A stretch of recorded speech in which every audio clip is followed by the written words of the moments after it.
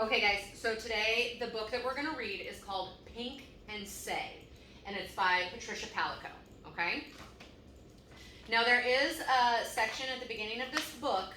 I'm not going to read it word for word because I think it gives some of the story away, but basically what she says is this is a true story. Okay, so this was a story that has been handed down from generation to generation, and she's going to tell it the best she can from memory and how it's been handed down, okay? I watched the sun edge toward the center of the sky above me. I was hurt real bad. For almost a year, I'd been in this man's war, the war between the states. Being just a lad, I was wishing I was home. What do you guys think they mean when they say the war between the states? What war do you think that is? World War II. You think World War II?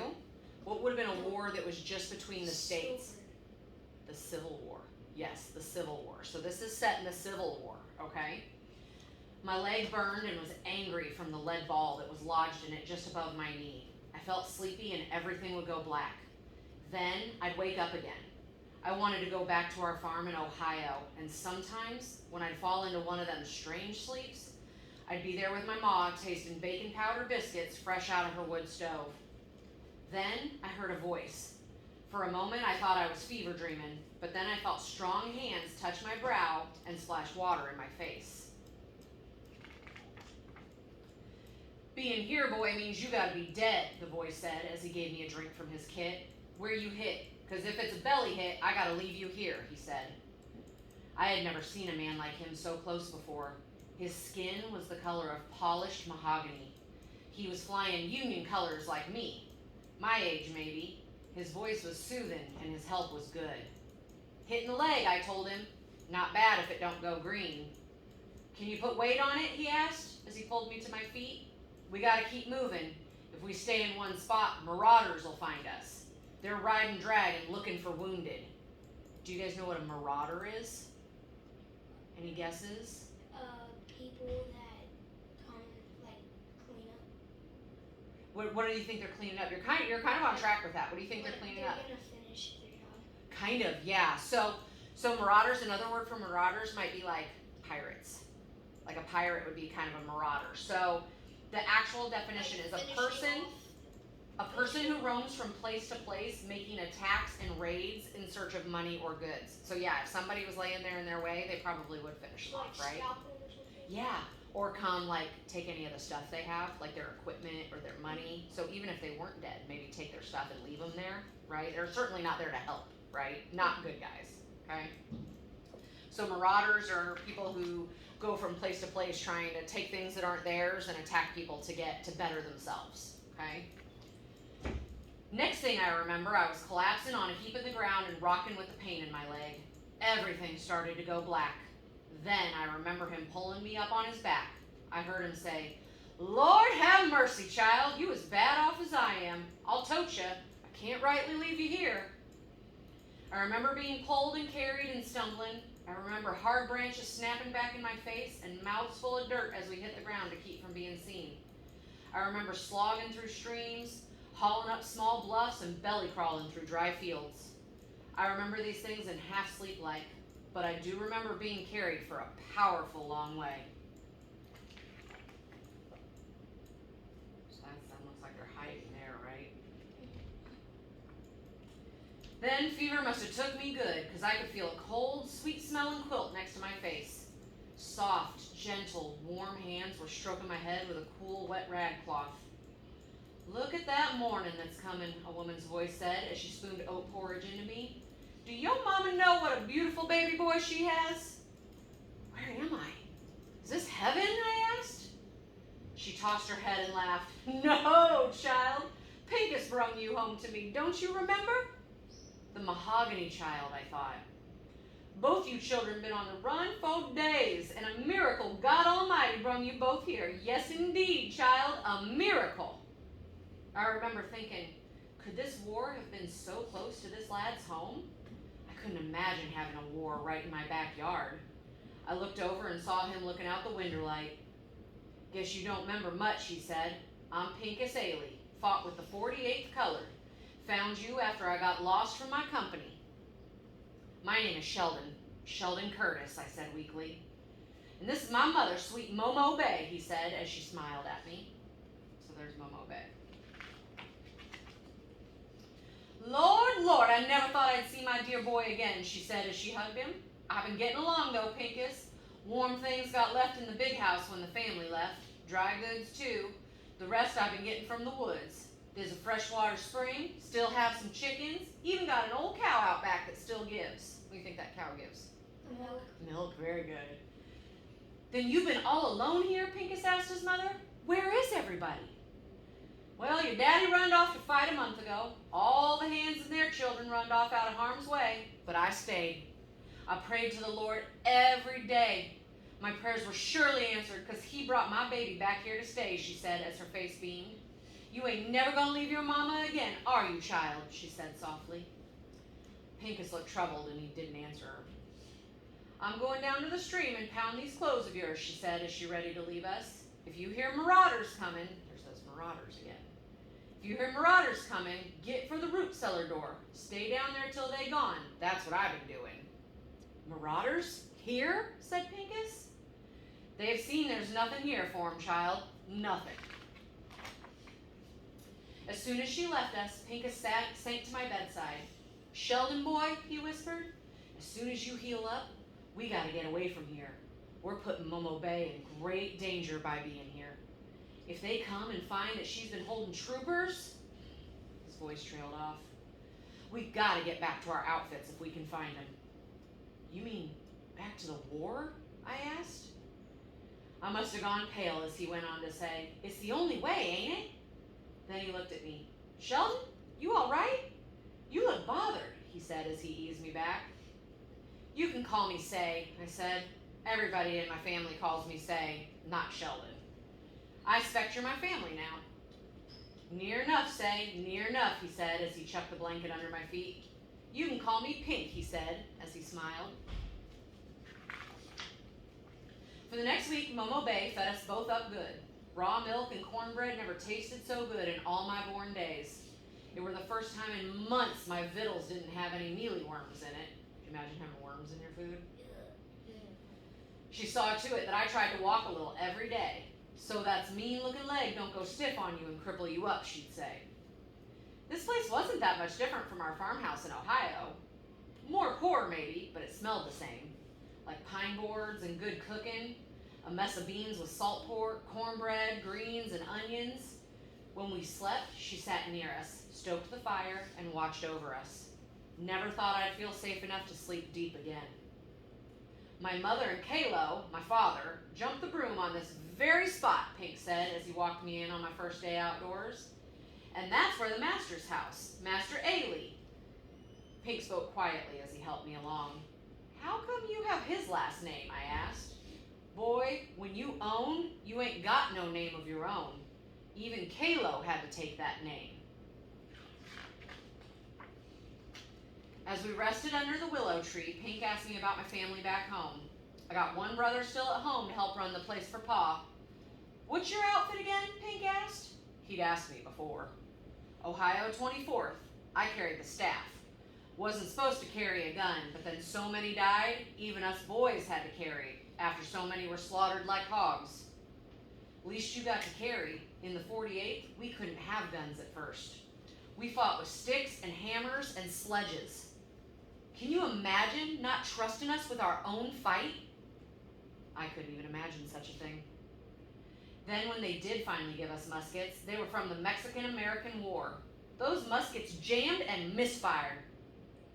Then how in God's name can you want to go back, I asked.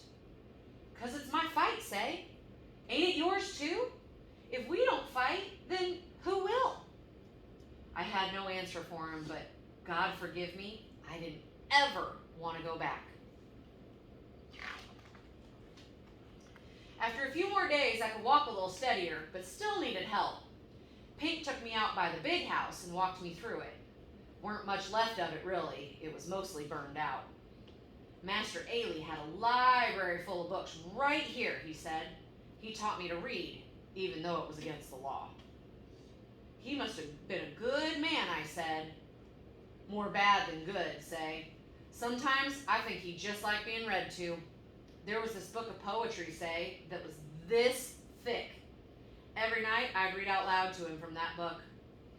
I blessed this house because of all those beautiful books, but I cursed it too for what it stood for. We walked a bit further. To be born a slave is a heap of trouble, say. But after Ailey taught me to read, even though he owned my person, I knew that nobody ever could really own me. What do you guys think? Can somebody explain what you think it means when Pincus says this part about, even though he owned my person, I knew that nobody could ever really own me if I could read? What do you think he meant there? I think that he meant you could own my body, but you could never own my soul. That is perfect. Yes.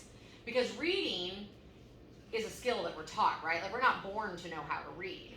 And reading, when we read stories about faraway places, it kind of helps us escape sometimes.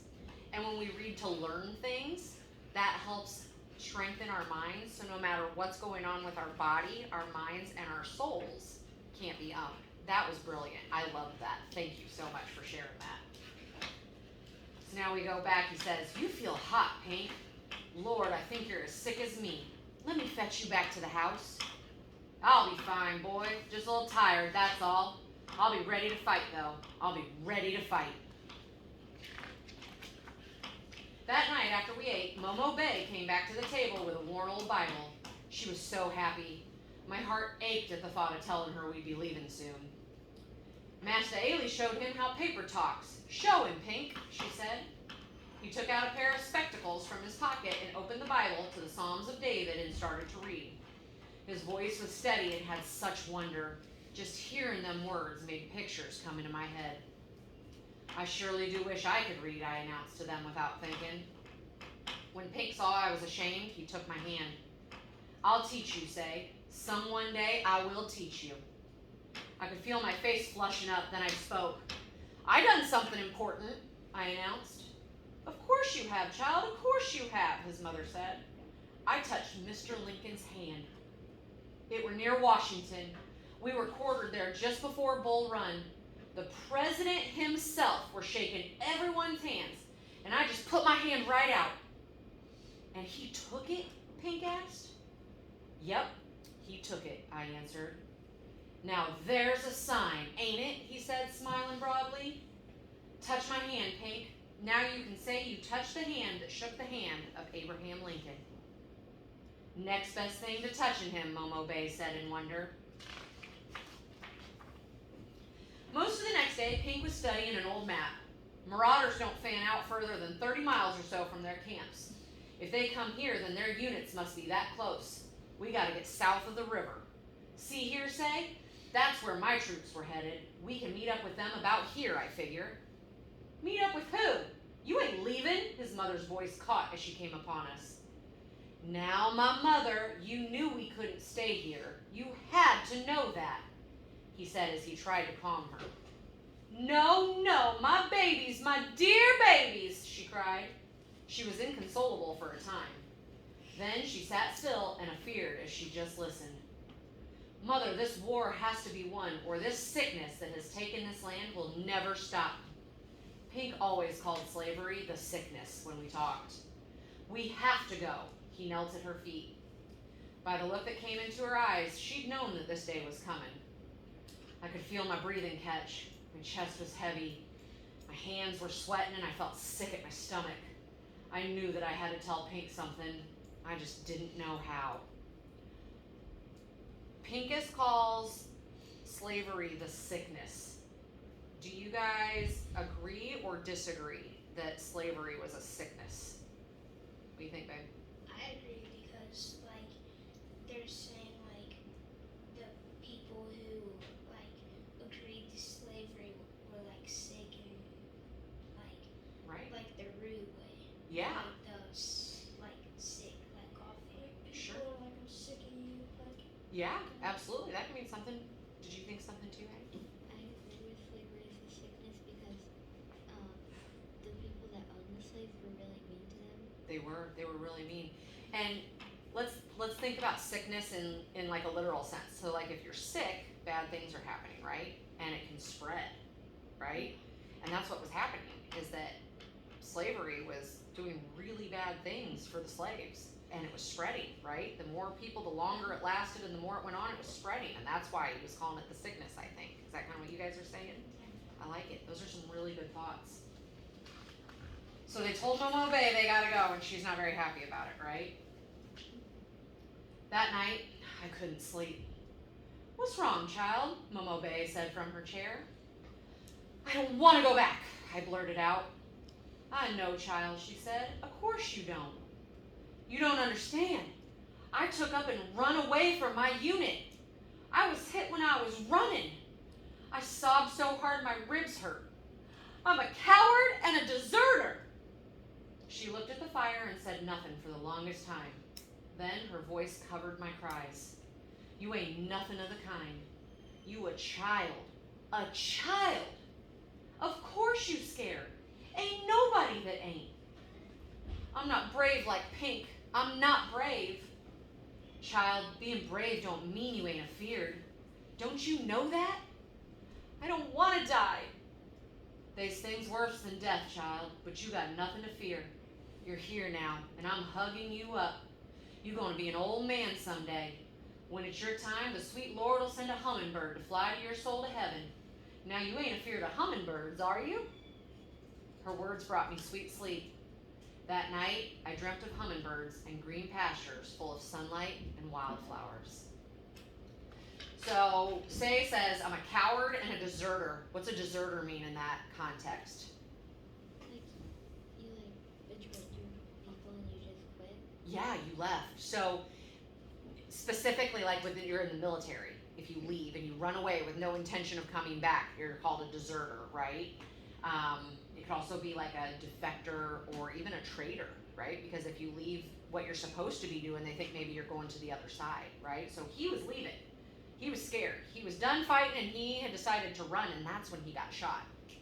So now he's kind of breaking up the silence that's kind of his secret he's been carrying, right? That he was kind of ashamed to tell anybody that he wasn't just left while he was fighting. He was trying to run away. Did the police shoot him or the bad guys? The other side. So he was fighting for the Union, right? And then, so it was the other side. So it would have been the South, the Confederacy, right? Why do you think that he puts coward and why do you think he relates being a coward to being a deserter? What do you think, Colton? Sometimes like a coward is like they're like a scaredy cat kind of. Yeah. Like he was scared and he ran away at the same time. Like So- he was scared and like ran away from his side at the same time. Yeah, so he deserted because he was scared? Yeah. So because he couldn't stay and fight, that made him a coward, is what he's saying? Mm-hmm. Yeah, I agree with you. So Momo Bay calmed him down. The next morning, we mustered to leave. We packed cornbread, salt, pork, and dried beans. I would have done just about anything to stay, but my place was to go with Pink. I owed him that. Just as we were making the last sweep of the place, making sure that there were no signs of us ever being there, we heard wild screams and shrieks coming from the woods. Marauders, Pink said as he grabbed a piece of wood for a club. Momo Bay took it from him. Get to the root cellar. They ain't got no truck with an old dark woman. You get to that cellar, you hear? We didn't like it, but she pushed us. Hurry, afore they're here. She lifted the root cellar door and shoved us in. Don't you come out till I tell you. We heard the porch steps creak as she ran from the cabin. She's drawing them off, Pink whispered. When the marauders came in, my heart was pounding so hard I was sure they could hear it up above us. There was a terrible commotion as they ransacked looking for food.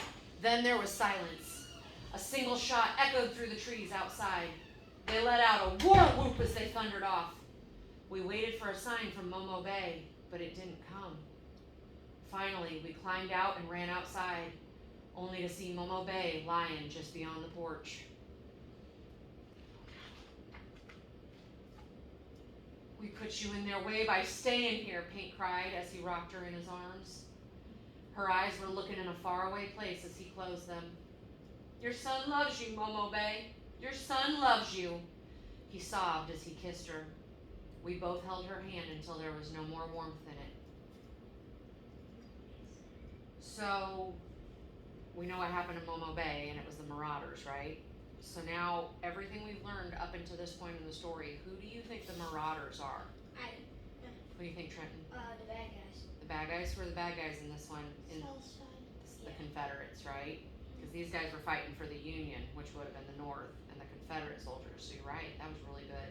I wasn't sure if you guys would get that one, the marauders or the Confederate. They were coming through making sure nobody's hiding Union soldiers, nobody's got they're looking for goods, right? After we buried her under the willow tree, we set out. Pink figured we were a 3 days walk from Union troops. He watched the movement of the sun. Her words still rang in my heart, her words about being brave. My steps were as sure now as they had ever been since the war started. We walked in the open, as clear as a country stroll, until the morning of the second day. Then we knew we were being followed. Take these, Pink said, as he took his spectacles from his pocket. If they catch me with them, there'll be trouble for sure. When they caught up to us, one yelled at me, "Where are you going with that darky, boy?" I was afraid to answer because of my northern accent. It would dead sure be a giveaway. "Boy, what outfit you a part of?" their leader barked. I couldn't answer. "You Union boy?" One jeered as he pulled my uniform from my knapsack. "No, I ain't no Yankee. I got that from a dead one," I sputtered, trying to convince them. That was when we were grabbed. My words had given us away. We were prisoners of the Confederate Army. We were held up in a barn that night. Pink shivered with fear. I held him as he had done for me. Now, Say says that he had a northern accent because he was from the north. Do you guys remember what state he was from? Ohio. Good job, girl. I wondered if you'd remember that one. The next morning we were thrown into a boxcar. We rode for what seemed 2 days, stopping many times. When the door slid open, the daylight was blinded. We were loaded into a buckboard and taken through town. The townsfolk looked hard at us. All they had left for us was mean looks and a heap of hate. We jarred to a stop in front of the gates that marked the entrance to the stockade. "It says Andersonville," Pink whispered. My heart stopped. I'd heard of this place. It was one of the worst of the Confederate camps. What do you guys think a stockade is? Does anybody know what a stockade is, Trent? No? Does anybody know? That's okay. Like So- like where they sell, like where they sell slaves or something. Kind of. They keep every Like they keep they slaves so keep somebody all wants. the other people, like all the bad the good guys. They the Like they're north prisoners that they side. catch? Yeah, and they keep them all in one cell. Yeah, you guys are both right because like Colton, you said like where they sell them.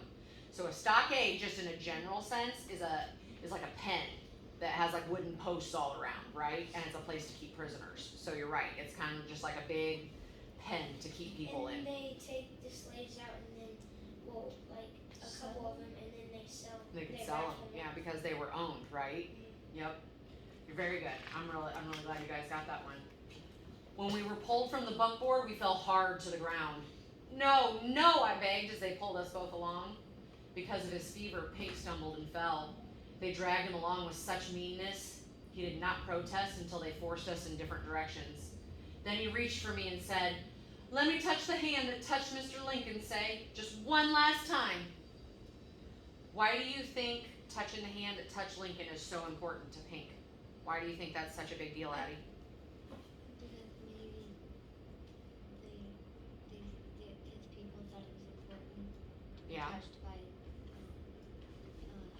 President Lincoln. Yeah, absolutely. Trenton, what do you think? Because he either he's gonna grab the hand and pull where they could get out, It could be. or he's thinking it's gonna give him a lot of luck and it'll let him be out safe. Yeah. What do you think, Caitlin? I think that because the president was white, maybe. Yeah. Or- So what did President Lincoln do? President Lincoln started the Civil War because he was against slavery. There you go. President Lincoln started the whole idea of abolishing slavery. Or he was the kind of guy who put it into effect. He didn't start the idea. No, 'cause So he- for Say, or he for was Pink, the first president that was actually against slavery, so Yeah. he started the Civil War. so for Pink, who was a slave, touching the hand that touched Lincoln was important to him because that was like his hope, right? President Lincoln was the hope for ending slavery. So touching the hand that touched Lincoln was super important to him because that was the guy who kind of was the head of all of it, right? That was really good, you guys. I watched tears fill his eyes and cleaved my hand to his until they wrenched us apart. They smote him and dragged him away from me. He looked back at me and tried to say something more, but they crossed his back with knotted hemp and pushed him along. Okay, so there's a little bit more to the end of this story. This is kind of the end of the story. But I want you guys, so they pulled him apart, right? They're at the stockade. What do you think? I want you to develop a logical ending for this story. What do you think happens after they separate them as an ending? What do you think happens, Colton? I think possibly the other side, like the north side, comes in and like fights back for all the slaves that they've not for all the slaves, for all of the north side people that they've made slaves. Okay, so you And, think the North comes in and saves them? Yeah, because there's probably more than them Sure. there. Because Trent, what do you think, babe? Either there's gonna be a miracle and they save them, or they escape.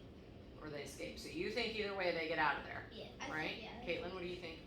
I think that they're gonna find a way out because there's probably other people there. So I feel like they're gonna find a way out to escape. They're gonna find a way out. Addie, what do you think? I think maybe there's going to be somebody that's also against slaves there, but nobody else knows it, and that person helps those to escape. So like a secret person in there that can help get them out? Oh, like a spy or something.